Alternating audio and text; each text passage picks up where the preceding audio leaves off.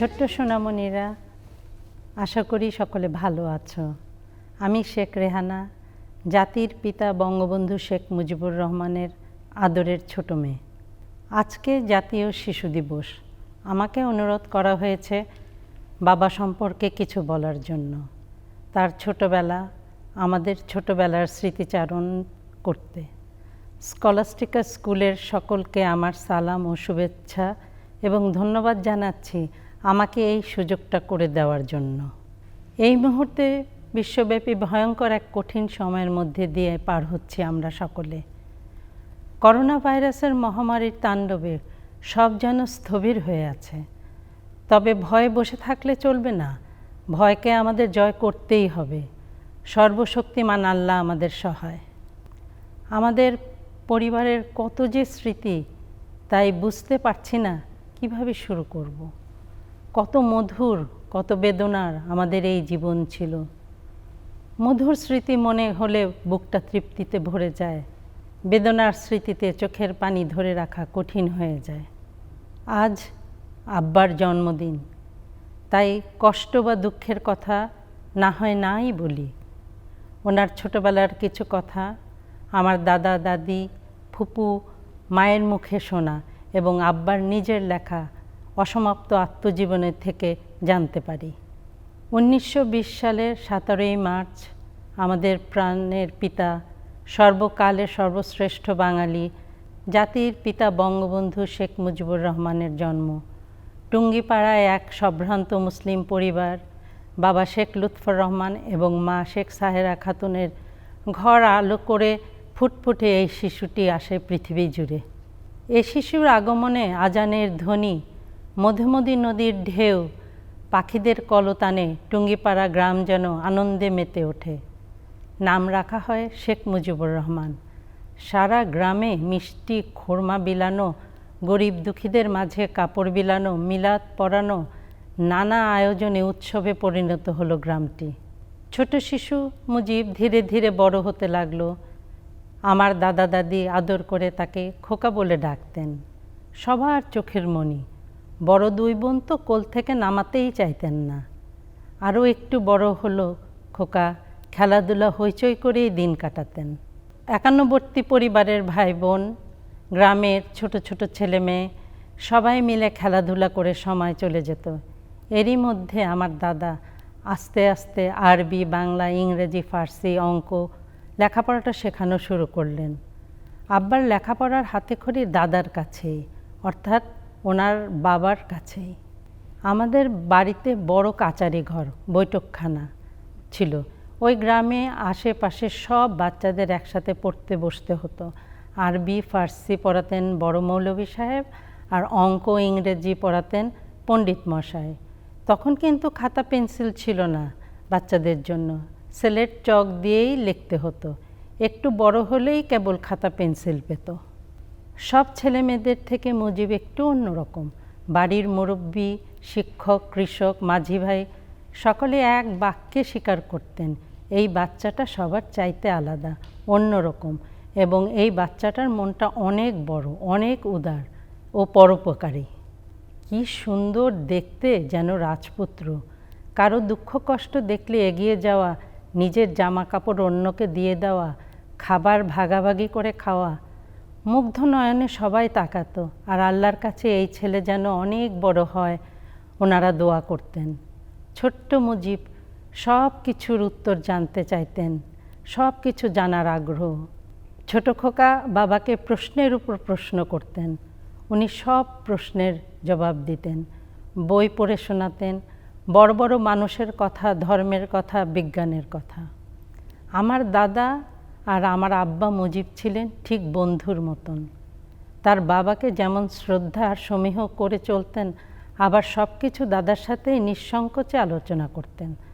দাদা কোনোদিনও তার খোকাকে কোনো কাজে বাধা দিতেন না।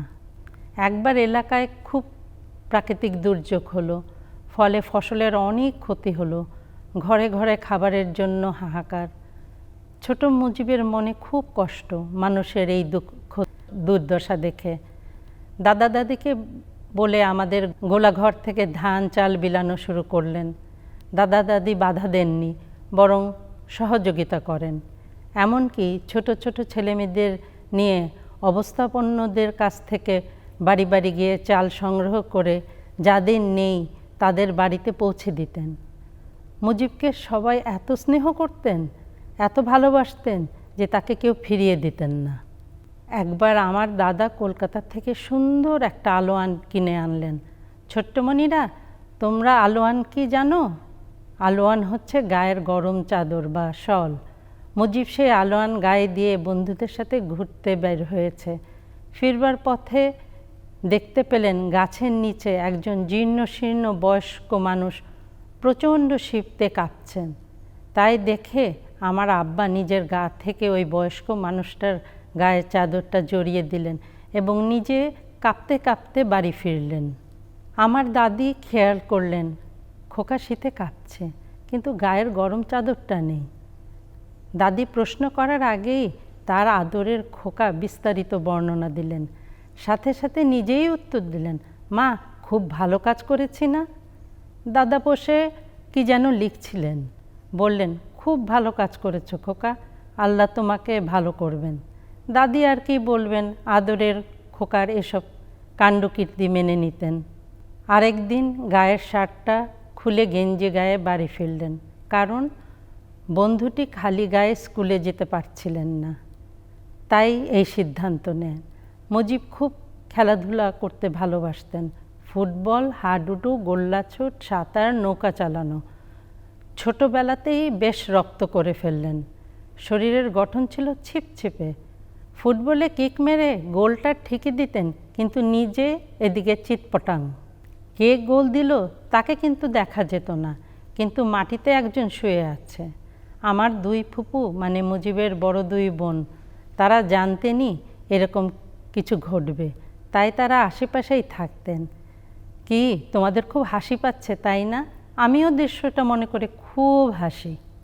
এই হাসি আনন্দের মাঝে হঠাৎ করে খুব অসুস্থ হয়ে পড়লেন দাদা দাদির আদরের খোকা। সকলেই খুব দুশ্চিন্তায় পড়ে গেলেন। দোয়া, ছাতকা, মানত, ডাক্তার, কবিরাজ, এলোপ্যাথি, হোমিওপ্যাথি কোনো কিছুই বাদ নেই, কিন্তু কিছুতেই কিছু হচ্ছে না। এর মধ্যে চোখেরও খুব সমস্যা শুরু হলো। দাদা দাদি এক মুহূর্ত সময় নষ্ট না করে কলকাতায় নিয়ে গেলেন তাদের প্রাণপ্রিয় খোকাকে। বড় বড় ডাক্তার দেখানো হলো, ওষুধপত্র ঠিকভাবে চলতে থাকলো। চোখের ডাক্তারের কাছে গিয়ে সব ধরনের পরীক্ষা নিরীক্ষা চলল। যেদিন সব রিপোর্ট দেবে সেদিন বাবার ছেলেই গেলেন, মাকে আর সাথে নেননি। ডাক্তার সাহেব বললেন, বেরি রোগে আক্রান্ত, প্রচুর পরিমাণে বিশ্রাম, ভালো খাবার আর ফলমূল খেতে হবে। বেরি হলো ভিটামিন B1 স্বল্পতা। চোখের ডাক্তার সাহেব রিপোর্ট দিলেন গ্লুকোমা। যত তাড়াতাড়ি অপারেশন করা যায় ততই মঙ্গল। দাদার মাথায় আকাশ ভেঙে পড়ল, কিন্তু উপায় নেই, করতেই হবে, তা না হলে অন্ধ হয়ে যাবে যে দুটি চোখ। দাদিকে বোঝানোই ছিল সবচেয়ে কঠিন কাজ। আদরের খোকাকে বুকে নিয়ে আমার দাদা বোঝালেন, সব ঠিক হয়ে যাবে ইনশাল্লাহ। খুব নামকরা ডাক্তার সাহেব, যথাসময়ে সব ব্যবস্থা হয়ে গেল। এক মুহূর্ত আর দেরি করলেন না। দাদা অপারেশন থিয়েটারের বাইরে বসে দোয়া কালাম পড়ছেন। ওটির ভেতরে সব প্রস্তুতি চলছে। ডাক্তার সাহেব মুজিবের সাথে গল্প করছেন, এটা ওটা জিজ্ঞেস করছেন যাতে মনোযোগটা অন্যদিকে থাকে। নার্সের হাতে ইঞ্জেকশন, কিন্তু রোগী সাহেব তো অন্য মতলব করছেন, কিভাবে এখান থেকে পালানো যায়। ডাক্তার সাহেব একটু অন্যদিকে ফিরেছেন, অমনি আমাদের বীর পুরুষ সাহসী মুজিব এক লাফ দিয়ে বিছানার থেকে জানালার উপরে, একদম পালানোর পায়তারা। ডাক্তার সাহেবও কম যান না, বললেন, করছো কি বাবা, তুমি তো খুব সাহসী ও বাহাদুর ছেলে। নার্স দৌড়ে গিয়ে দাদাকে ওটিতে নিয়ে আসলেন। দাদাকে দেখে তার আদরের খোকা কিছুটা আশ্বস্ত ও শান্ত হলো। দাদা সস্নেহে মাথায় হাত বুলিয়ে দিয়ে দোয়া পড়তে লাগলেন। ভালোভাবেই অপারেশন হয়ে গেল। কয়েকদিন বিশ্রামে ও ডাক্তার সাহেবের সব পরীক্ষা নিরীক্ষা করে বললেন, 6 মাস পর পর এসে চোখ দেখাতে হবে। ওষুধ কিভাবে খেতে হবে, কী করতে হবে দাদা ভালোভাবে সব বুঝে নিলেন। তবে মুজিবের জন্য একটা দুঃসংবাদ অপেক্ষা করেছিল, যা স্বপ্নেও কল্পনা করতে পারে নাই। বেশ কিছুদিন বই পড়া ও খেলাধুলা বন্ধ রাখতে হবে। মাথায় যেন আকাশ ভেঙে পড়ল। এটা কিভাবে সম্ভব? মুখটা ভার করে বুকে একরাশ ব্যথা নিয়ে কিন্তু হাসি মুখে ডাক্তার সাহেব কাছ থেকে বিদায় নিয়ে আমার দাদাকে বললেন, আব্বা, আমি সব কিছু মেনে চলব, আপনি একটুও চিন্তা করবেন না, মন খারাপ করবেন না। কলকাতা থেকে টুঙ্গিপাড়ায় ফিরে ছোট মুজিবের অনেক পরিবর্তন। মুখের হাসিটা ফুরিয়ে গেল। কিছুই করতে ইচ্ছা করে না, বই পড়তে পারবে না, খেলতে পারবে না, মধুমতি নদীতে সাঁতার কাটতে পারবে না, গাছে উঠতে পারবে না। বন্ধুরা দল বেঁধে স্কুলে যায়, মসজিদে যায়, এগুলো দেখে নিজের দীর্ঘ নিঃশ্বাস চেপে রাখে। এইভাবে কেটে যাচ্ছে দিন, মাস। 6 মাস পার হয়ে গেল। আবার কলকাতায় ফলো আপ চেক আপের জন্য যেতে হলো। মানুষের জীবনের দিনগুলি কিছুতে থেমে থাকে না। খোদা একভাবে না একভাবে চালিয়ে নেন। সম্পূর্ণ অন্য নিয়ম দৈনন্দিন জীবনে। দাদা প্রচুর বই কিনে আনতেন। ইতিহাস, ভূগোল, ধর্মীয়, বাংলা, ইংরেজি, বিজ্ঞান, সাহিত্য, বড় বড় মহিষীদের জীবনী নিজে পড়ে শোনাতেন। এক এক দিন এক একটা বিষয়। আরও শোনাতেন ব্রিটিশদের অত্যাচারের কথা। তিনি নিজেও ব্রিটিশ বিরোধী আন্দোলনে যুক্ত ছিলেন। নিজের চোখে দেখেছেন আমাদের গ্রাম বাংলার কৃষক চাষিদের নিয়ে নীল চাষ করাতে কি জুলুম, কি অত্যাচার করা হতো। উনিও প্রতিবাদ করতেন। বাংলা সাহিত্যের বঙ্কিম, কালিদাস, মীর মোশাররফ হোসেনের বিষাদ সিন্ধু, আরও অনেকের লেখা পড়ে শোনাতেন দাদা। ইংরেজি সাহিত্যের শেক্সপিয়ার, মিল্টন, বায়রন, আরও অনেক, যেমন Abraham Lincoln, Hamilton, Columbus, Mughal সাম্রাজ্য, নাদির শাহের বিভীষিকা, নবাব সিরাজউদ্দৌলা ট্র্যাজেডি, পলাশির যুদ্ধে মীর জাফরের কীর্তি, ইংরেজদের east India company, Deshbandhu Chittaranjan Das, Vidyasagar, Florence Nightingale, Helen Keller, আমাদের নবী করিম মোহাম্মদ সাল্লাল্লাহু আলাইহি ওয়াসাল্লামের জীবনী, আমাদের 4 খলিফা, আদম আলাইহিসসালাম, বিবি হাজেরা, মা ফাতেমা, এমনকি মির্জা গালিব, তানসেন ইত্যাদি অনেক মহান ব্যক্তির জীবনী গল্প আকারে শোনাতেন। আর আমার দাদি লক্ষ্য রাখতেন খাওয়া দাওয়া, পুষ্টি, ভিটামিন পাচ্ছে কিনা। মুখস্থ করাতেন বিভিন্ন সূরা এবং কোরআন শরীফ।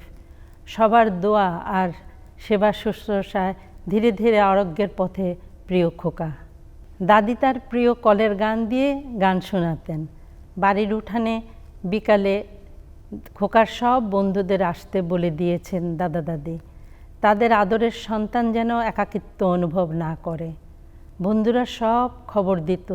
আর উঠানে যখন মুজিব বসত, তার বাবার পোষা কুকুর বাঘা পাশে এসে বসত এবং খোকা বন্ধুদের দেখে খুশিতে লেজ নেড়ে ঘেউ ঘেউ করত। আর মুজিবের যে পোষা বানরটি, ওর নাম ছিল মধু, ওর তো ফুর্তি আর ধরে না। একবার ওঠে আমাদের উঠানের জাম গাছে, আর একবার বাঘার পিঠে, আর একবার টিনের চালায়। আর বন্ধুরা আজকে কি কি হলো, স্কুলের সব ঘটনা, কোন পাখির বাসায় ডিম ছানা, আর মুজিব খবর নিতেন কেমন ধান পান হচ্ছে, হাঁস মুরগি, গরু ছাগল, সব কিছুর খবর নিতেন গ্রামবাসীদের। আক্কেলের মাকে কি দাদি চাল পাঠিয়েছেন? কলিমুদ্দিন মিয়াকে কি মাছ ধরার জন্য নতুন জাল কিনে দেওয়া হয়েছে? মন্নাফ মাঝির নৌকার আলকাতরার ব্যবস্থার কত দূর? মৈফুলবুর ছেলের জন্য সেপারা খরম লুঙ্গি বড়ুজান বুজির কপিটা নষ্ট হয়ে গিয়েছিল, তাকে কি নতুন একটা হারিকেন কিনে দেওয়া হয়েছে? তসিরুদ্দিন মামুর হুকোর কলকেটা ভেঙে গেছে, তার কি ব্যবস্থা হয়েছে? ধলাবউ খালার গুয়া সুপারি পান ঠিক মতন ব্যবস্থা করা হয়েছে? সব খবর খোকা নিতেন, আর সব ছিল তার নখদর্পণে। আর এসব কিছুর ব্যবস্থা দাদি খোকার বন্ধুদের নিয়ে করতেন। বন্ধুরা কখনো খালি হাতে আসতো না। কেউ মুড়িমোয়া, নারকেলের তক্তি, বন্ধুরা তোমরা তক্তি চেনো? বরফি, আতা, পেয়ারা, দাদি রাখতেন ডাব, দানাদার, মিষ্টি সবাই উঠানে বসে ভাগাভাগি করে খেত। এভাবে প্রায় কেটে গেল 4টি বছর। ছোট্ট মনিরা, তোমরা কি এটা উপলব্ধি করতে পারো ওইটুকু বয়সে একটা বাচ্চার দিন কিভাবে কেটে যায়? আর এই একটা বছর আমরা পৃথিবীর সবাই করোনার মহামারীর কারণে ঘরে বসা, কত রকম সুবিধা আমাদের এই যুগে। লকডাউন আর কোয়ারেন্টাইন তো মুজিবের তখনই হয়ে গেছে।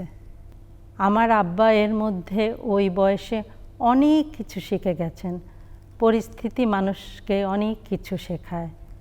ধৈর্য, সহনশীলতা, জীবন যেভাবে চলে, চলার পথে কোনো বাধাই যেন বড় করে না দেখা, হতাশা হওয়া, এইসব। ছোট খোকার জীবনে বাবা মার দোয়া, আদর, যত্ন, বাবার ছেলের যেন এক আত্মা এক প্রাণ হয়ে গেল। আবার কলকাতা যাওয়ার প্রস্তুতি। এবার চূড়ান্ত রিপোর্ট। দূরে দূরে বুকে মুজিব বাবার হাত ধরে ডাক্তারখানায় গেলেন। অনেকক্ষণ ধরে পরীক্ষা নিরীক্ষা চলল, যাকে বলে ফাইনাল চেক আপ। কয়েকজন বিশিষ্ট ডাক্তার সাহেব, 5-6 জন শিক্ষার্থী, নানা রকম মত বিনিময়। আমার আব্বা কিন্তু ওনাদের সাথেই বসা। এটা কিন্তু একান্তই আমার দাদা এবং বড় ডাক্তার সাহেবের ইচ্ছায়। দাদা চাইলেন যে তার খোকা সব নিজের কানে শুনুক। এটা দাদার অগাধ বিশ্বাস ছিল তার খোকা খুব সাহসী আর তার নিজের সম্পর্কে নিজের জানাটা জরুরি। অন্ধকার ঘরে ডাক্তার সাহেব আব্বাকে নিয়ে গেলেন। পরীক্ষা নিরীক্ষার সময় ডাক্তার সাহেব আব্বাকে প্রশ্ন করলেন, মুজিব, তুমি কিভাবে এতগুলি বছর এত সুন্দর করে দিনগুলো পার করলে? মুজিব এক এক করে সব কিছু বর্ণনা করলেন। 5 বছরের ঘটনা। ডাক্তার সাহেব আগ্রহ আরও বেড়ে গেল। নানা প্রশ্ন করতে লাগলেন। ইতিহাসের সন, তারিখ, ইংরেজি বাংলা কবিতা, বিজ্ঞান, নামতা, টাইম টেবিল ইত্যাদি। ডাক্তার সাহেব বিস্ময়ে বালকের দিকে মুগ্ধ হয়ে তাকে দেখলেন। বাইরে এসে কিছু ওষুধপত্র পরিবর্তন করলেন। দাদাকে বললেন, মুজিবের চশমা পরতে হবে সারা জীবন। নিয়মকানুন মেনে খাওয়া দাওয়া ঠিকমতো করলে আর কোনো সমস্যা হবে না। দাদা চশমার কথাটা শুনে একটু থমকে গিয়েছিলেন। ডাক্তার সাহেব দাদাকে বললেন, লুৎফর রহমান সাহেব, আমি প্রতিদিন অনেক রুগী দেখি, অনেক ছাত্র পড়াই, কত মানুষের সান্নিধ্যে আসে, একটা কথা না বলে আর পারছি না। আপনি নিঃসন্দেহে একজন গর্বিত পিতা। এই মুজিব তো সাধারণ ছেলের মতন না, একটা রত্ন। দেখবেন এই ছেলে পৃথিবী জুড়ে অনেক নাম হবে। দাদা তো বেজায় খুশি, আল্লাহর দরবারে শুকর আদায় করলেন। ডাক্তার সাহেব ধন্যবাদ দিয়ে কোন দোকান থেকে চশমা বানাতে হবে সব কিছু জেনে দুজনে বের হয়ে এলেন। আজ তো খুশির দিন। দুজনে মিলে নামকরা কাবাবের দোকানে গেলেন এবং লাচ্ছি, কাবাব, পরোটা, মিষ্টি খেয়ে দিনটাকে উদযাপন করলেন। চশমার দোকানে গিয়ে দাদা 2 জোড়া চশমা বানাতে দিলেন। চশমা বানাতে 3-4 দিন লেগে গেল। এই কয়েকটা দিন এই মুহূর্ত আর নষ্ট করলেন না বাবা ছেলে। দুজনে মিলে কলকাতা ঘুরে দেখলেন আলিপুরের চিড়িয়াখানা, ভিক্টোরিয়া মেমোরিয়াল, মিউজিয়াম, গঙ্গার পাড়, গড়ের মাঠ, কলেজ স্ট্রিট থেকে বই কিনলেন। বাবা ছেলে এই ঈদের ফুর্তি তো আর ধরে না। দাদিকে টেলিগ্রাম করতে ভুললেন না, খোকা ভালো হয়ে গেছে। আজকে চশমা আনবার দিন। আবার ডাক্তারখানায়।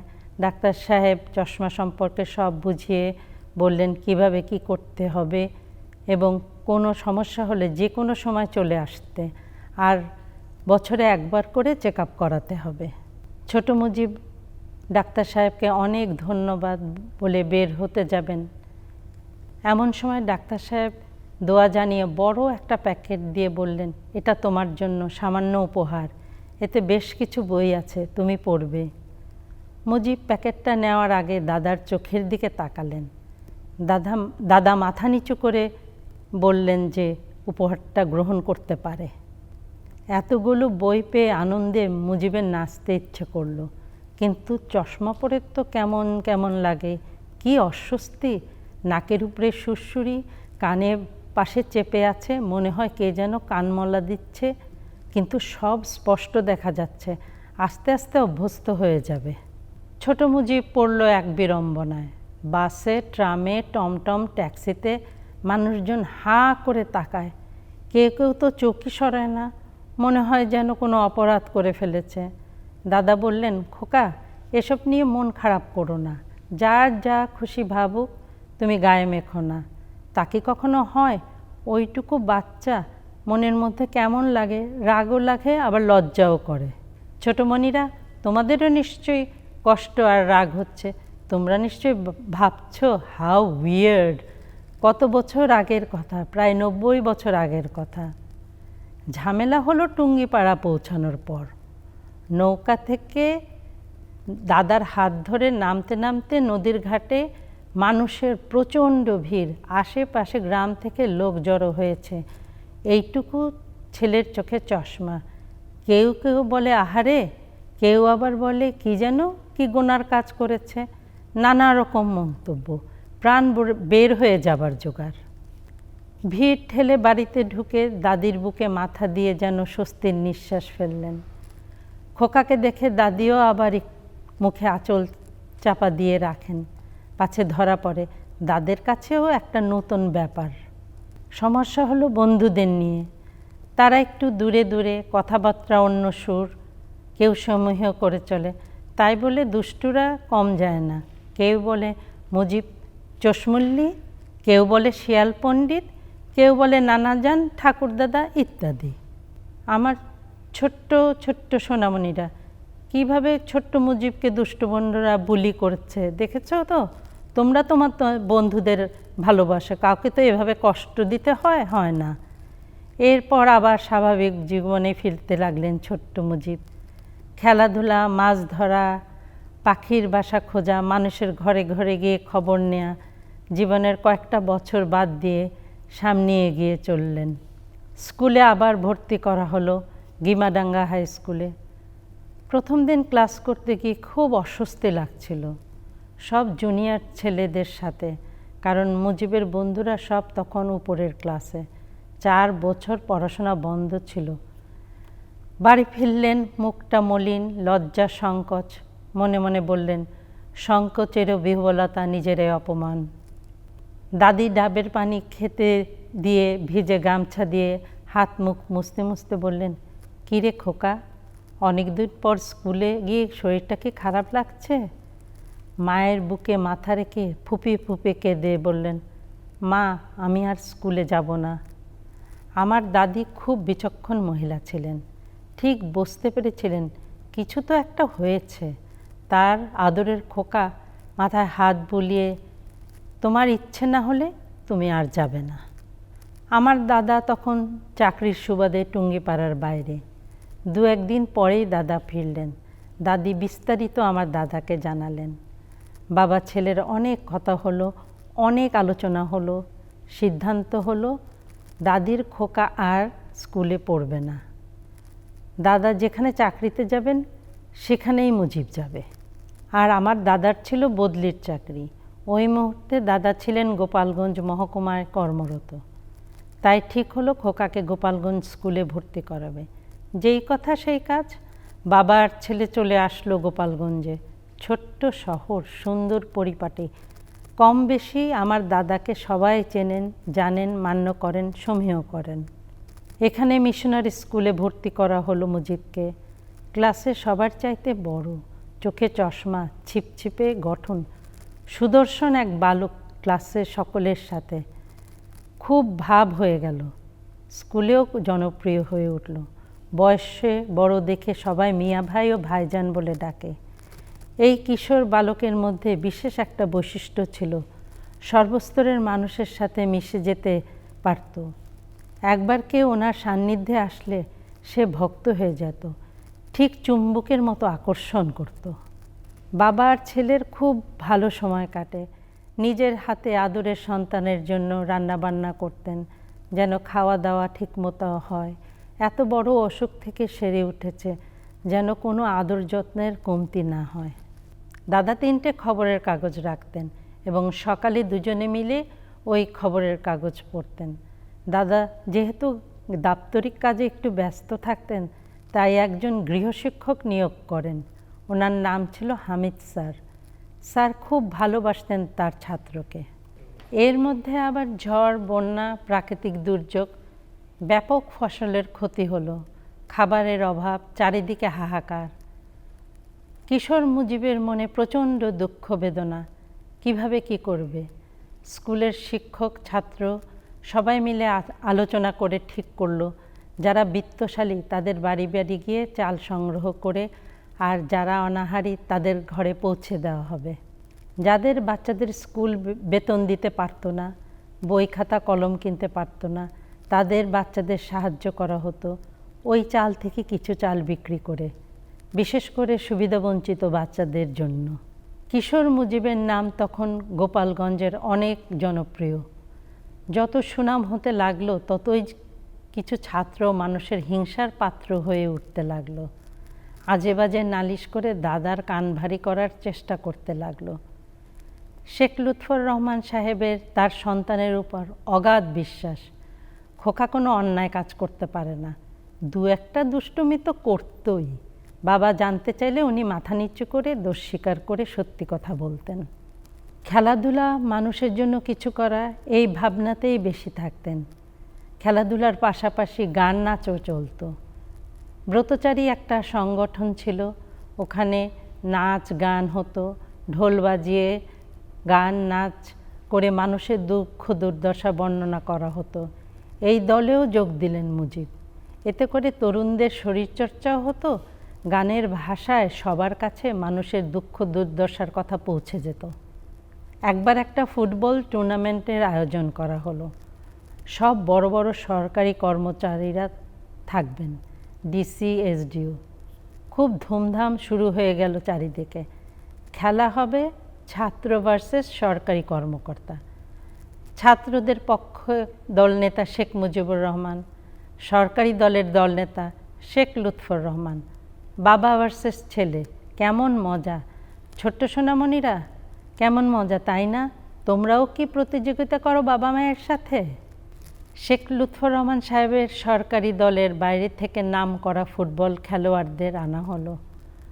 তাদের প্র্যাকটিস, খাওয়া দাওয়া ইত্যাদি ব্যাপারটাই ছিল রাজকীয়।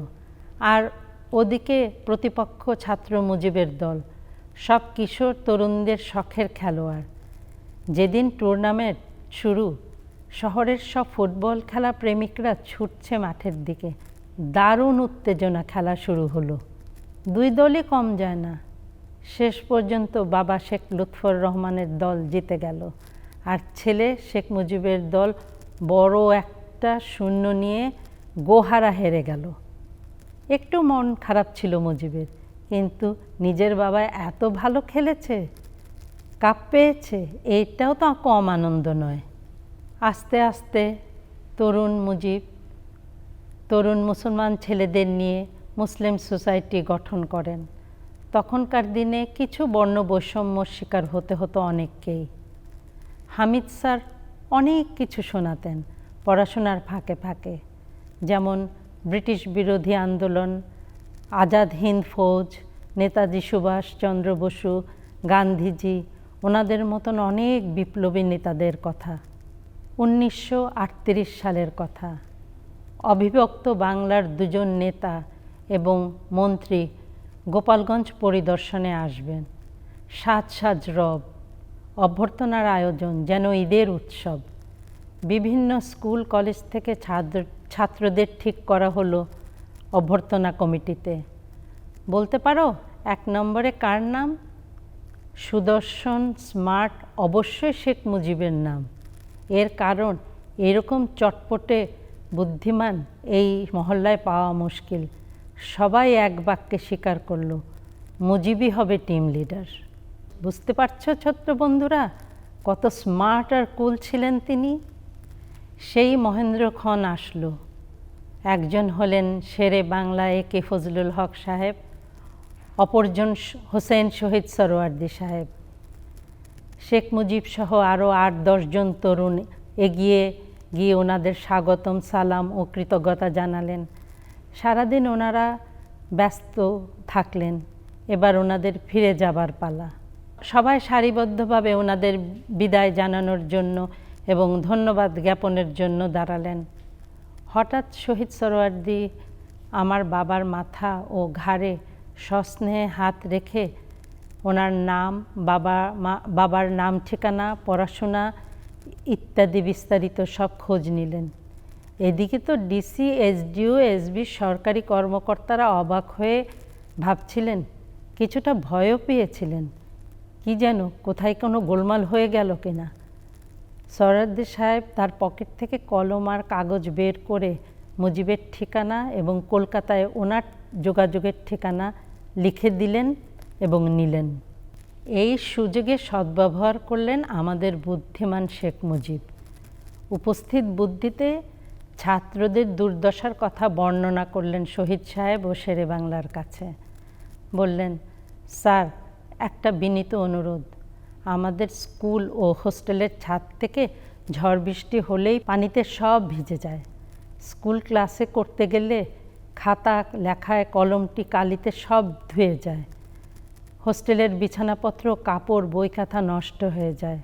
এখানে অনেক গরিব ছাত্ররা পড়াশোনা করে, ওদের বাবা মায়ের এগুলো দ্বিতীয়বার কেনার ক্ষমতার বাইরে। এই ছাদটা সংস্কার করে দিলে খুব উপকার হয়। বিনীতভাবে খুব সুন্দরভাবে গুছিয়ে কথাগুলো বললেন এবং ওনারা দুজন খুব মনোযোগ সহকারে কথাগুলি শুনলেন। এদিকে তো স্কুল কর্তৃপক্ষ, সরকারি কর্মচারী ভয়ে কাঠ হয়ে থাকলেন, ভাবলেন সর্বনাশ, কি যেন আছে ভাগ্যে। পরবর্তীতে দেখা গেল অতি জলদি স্কুল এবং হোস্টেলের ছাদ সংস্কারের টাকা বরাদ্দ হলো এবং কাজও শুরু হয়ে গেল। ছাত্র শিক্ষকদের খুশি তো আর ধরে না। আর এইদিকে গোপালগঞ্জ, ফরিদপুর সব জায়গায় মুজিবের জয় জয়কার। সোহরাওয়ার্দী সাহেব যাবার সময় বলে গেলেন, মুজিব, তুমি এখানে একটা সংগঠন করো মুসলমান ছেলেদের নিয়ে, মুসলিম পরিষদ নাম দিয়ে। এই কথা শুনে মুজিবের খুশি তো আর ধরে না, যেন ওর মনের কথাটাই উনি বলে গেলেন। এই প্রথম শেখ মুজিবুর রহমানের রাজনৈতিক জীবনের হাতেখড়ি, তাও কিনা হোসেন শহীদ সোহরাওয়ার্দী সাহেবের কাছ থেকে, যিনি অক্সফোর্ড থেকে লেখাপড়া করে ব্যারিস্টার হয়ে দেশে ফিরে দেশের জন্য কাজ করছেন। আব্বা এসে দাদার সাথে বিস্তারিত আলাপ করলেন এবং অনুমতি চাইলেন। দাদা তো মহা খুশি, সম্মতি জানালেন এবং সব রকম সহযোগিতা করার জন্য উনি প্রস্তুত। গর্বে দাদার বুকটা ভরে গেল। আল্লাহর দরবারে হাজার শুকর আদায় করলেন আর মনে মনে খুশি হলেন, 2-1 বছরের মধ্যে তার প্রিয় খোকা কলকাতায় পড়াশোনা করতে যাবে। শহীদ সাহেবের মতো অভিভাবক থাকলে বিদেশ বিভূতিতে দাদা দাদিকে নিশ্চিন্তভাবে থাকতে পারবেন। আমার দাদি আবার ভীষণভাবে শেরেবাংলা হক সাহেবের ভক্ত ছিলেন। ছোট্টমণিরা, এর মধ্যে একটা কথা বলাই হয়নি, আমার আব্বা শেখ মুজিবের খুব ছোটবেলায় বিয়ে হয়ে যায়। আমার মায়ের নাম রেনু। আমার মা ও বাবা ছেলেবেলা থেকেই একসাথে বড় হয়েছেন। মাকে লালন পালন করেন আমার দাদি শেখ সায়রা খাতুন, কারণ আমার মা খুব ছোটবেলাতেই তার বাবা মাকে হারান। রেনুর বয়স যখন 3-4 বছর। মুজিবের বেস্ট ফ্রেন্ড ছিলেন রেনু। সব কিছু, জীবনের সুখ দুঃখ, জীবনের চলার পথে এমন কিছু বিষয় ছিল না যে দুই বন্ধু মিলে আলোচনা না করতেন। এবং একই সাথে পৃথিবী থেকে দুজন বিদায়ও নিয়েছেন। মাকেও গোপালগঞ্জ মিশনারি স্কুলে ভর্তি করে দেওয়া হলো মেয়েদের শাখায়। আমার আব্বার জীবনে তার বাবা শেখ লুৎফর রহমান ছিলেন সবচাইতে শ্রদ্ধার পাত্র, তার শিক্ষাগুরু।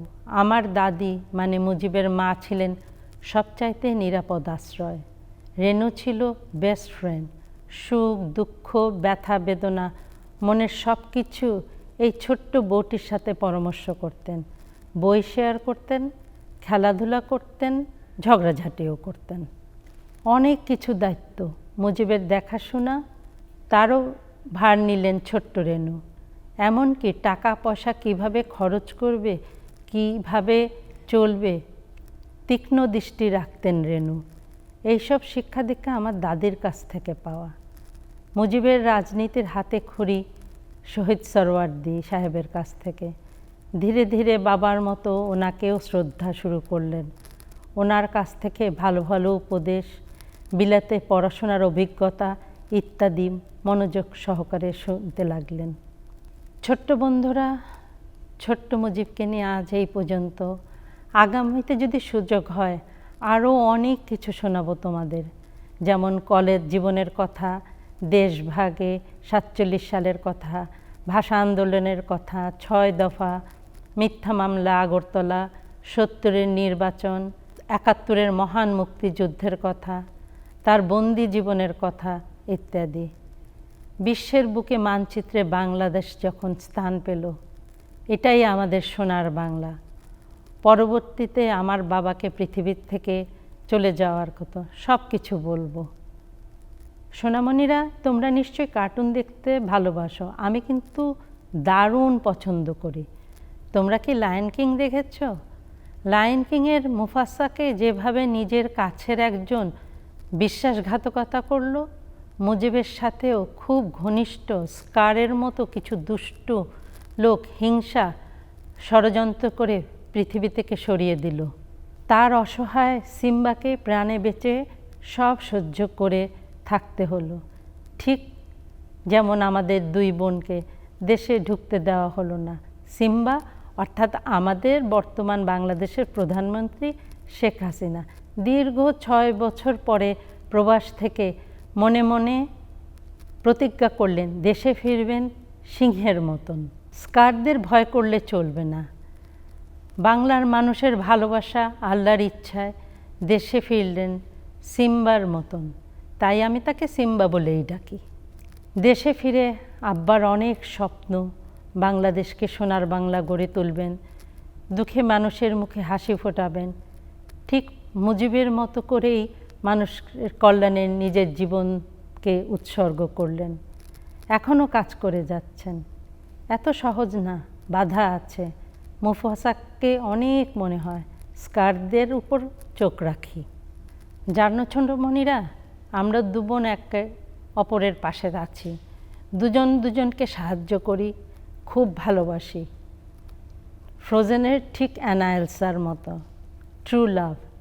অ্যানা এলসার মা বাবা ভাইও একসাথে পৃথিবী থেকে চলে যায়, ঠিক আমাদের 2 বোনের মতো। আজ এই পর্যন্ত অনেক অনেক আদর স্নেহ নিয়েও। আজ আমাদের জাতির পিতা বঙ্গবন্ধু শেখ মুজিবের জন্মদিন। তোমরাও আল্লাহর কাছে দোয়া করো, আল্লাহ যেন ওনাকে বেহেশত নসিব করেন। স্কলাস্টিকার সকলকে আমার কৃতজ্ঞতা ও ধন্যবাদ। এই স্কুলের প্রতি আমার একটা বিশেষ দুর্বলতা, না বলে পারছি না। আমার ছেলে মেয়ে নাতি এই স্কুলেই পড়াশোনা করেছে। তোমরা ভালো থাকো। তোমাদের জন্য ছোট্ট একটা সারপ্রাইজ, অ্যানা আর এলসা, হাসিনা রেহানা তোমাদের সামনে। তোমাদের সবাইকে শুভেচ্ছা জানাই আর একসঙ্গে বলি শুভ জন্মদিন।